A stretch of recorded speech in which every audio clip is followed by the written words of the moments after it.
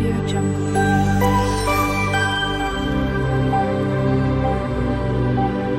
Audio Jungle.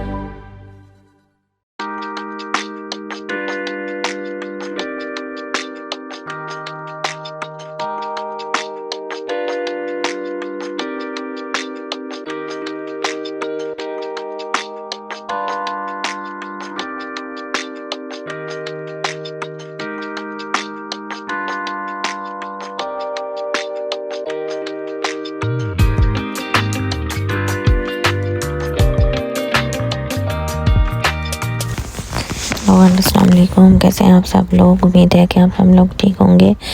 तो आज मैं आपके लिए बेसन का पराठा यानी मिस्सी रोटी की रेसिपी लेके आई हूँ, जिसमें मैंने एक प्याज लिया है, हरा धनिया और हरी मिर्ची, और ये मेरे पास कुछ मसाले हैं जिसमें मैंने मसाले लिए हैं। उसको मैं आपको बाद में बता दूँ कि मैंने 2 कप बेसन लिया था और 1 कप मैंने होल मील आटा जो होता है वो लिया है। ये देख लें, आपने वो लेना है, आपने एक कप के करीब आपने वो आटा लेना है जो घर का आटा होता है, होल मील आटा आपने लेना है, और 2 कप बेसन लेना है आपने। ये अब जो मैंने मसाले थे जिसमें चिली फ्लेक्स हैं, मेरे पास ज़ीरा है, दरदरी धनिया है, कूटी हुई अजवाइन है, और मेरे पास हाफ़ टेबल स्पून हल्दी है और 1 टेबल स्पून नमक है। ये मेरे पास एक प्याज था जिसका मैंने बारीक चॉप, बहुत बारीक चॉप करना है आपने, बहुत बारीक ही धनिया को चॉप करना है, पुदीना बहुत बारीक चॉप करना है, और 2-3 मेरे पास ग्रीन चिली से उनको भी बहुत ही बारीक चॉप करना है। और ये मेरे पास अनारदाना था, वो मैंने थोड़ा सा पीस लिया था, वो मैंने डाल दिया। ये मेरे पास 2 से 3 टेबल स्पून मेरे पास ऑयल है, वो मैंने ऐड कर दिया है। और ये मेरे पास दूध है, इसको आपने गुनगुना सा ऐसे गरम कर लेना है, बिल्कुल हल्का सा, ज़्यादा गरम नहीं करना और ठंडा भी ना हो, रूम टेम्परेचर पे हो, तो बस उसी को डाल दिया। अब इसको अच्छे से हम मिक्स कर लेंगे। जब अच्छे से सारी चीज़ें मिक्स कर लें तो ये पानी डालें, पानी के साथ अब इसको हम गूंदना स्टार्ट कर देंगे।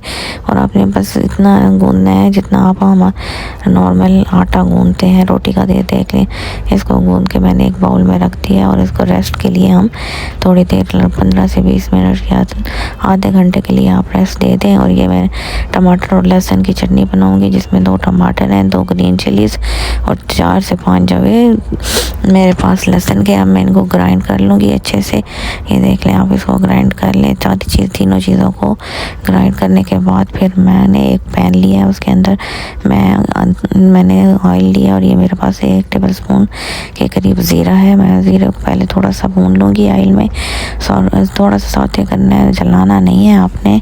ज़ीरे को अच्छे से इसको कर लें। तो करने के बाद जो मेरे पास ये पेस्ट है टमाटर, लहसुन और ग्रीन चिलीज़ का, तो मैं वो ऐड कर दूँगी और इसको अच्छे से मिक्स करूँगी ऑयल और ज़ीरे के अंदर।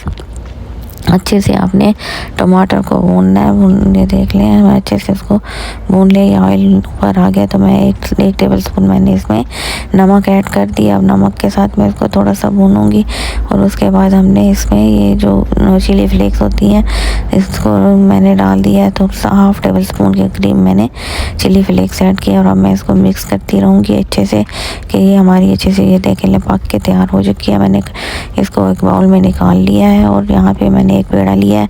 पेड़ा लेने के बाद इसको अच्छे से हाथ से थोड़ा सा कर लूँगी, और उसके बाद बेलने से हम इसको हल्के हाथों से आपने बेलना है, ताकि हमारा पराठा जो है वो टूटे नहीं। ये देख लें, मेरे को इसे भी ख़राब नहीं हो रहा और बिल्कुल सही सा बेल रहा है। तो आपने भी ऐसे ही करना है बिल्कुल। और यहाँ से मेरा तवा गर्म है, और इसको थोड़ा सा मैं घी लगा दूँगी ताकि हमारी जो रोटी है वो उसके ऊपर चिपके नहीं। तो ये देख लें, अब मैंने इस रोटी को ऐसे डाल दिया है। ये बहुत ही मज़े का बना था, आप ज़रूर ट्राई कीजिएगा। इसके फ़ायदे भी बहुत हैं। अगर आपको डायबिटीज़ है, शुगर है, तो आप ये रोटी खाएं, इससे आपकी शुगर ज़्यादा बढ़ती नहीं है, और सही इसके फ़ायदे भी बहुत हैं। और आप ज़रूर इसको इस्तेमाल करें और बनाएं भी ज़रूर। ये देख लें, मैं देसी घी लगा दूँगी इस पर। आपके पास अगर देसी घी है तो आप ऑयल भी लगा सकते हैं।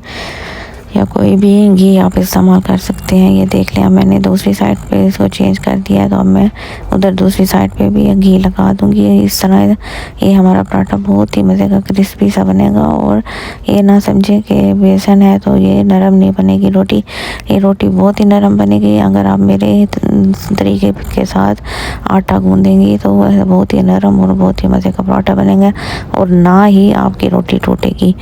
अक्सर लोगों को शिकायत होती है कि बेसन की रोटी हमारी फट जाती है या टूट जाती है, तो ये बिल्कुल ऐसे नहीं होगा। जैसे मैं आप अगर मेरे टिप्स यूज़ करेंगे तो ये मेरा पराठा बन के तैयार है। तो आप मेरी वीडियो को एंड तक देखा करें, लाइक शेयर और सब्सक्राइब भी किया करें। Till then take care and अल्लाह हाफिज़।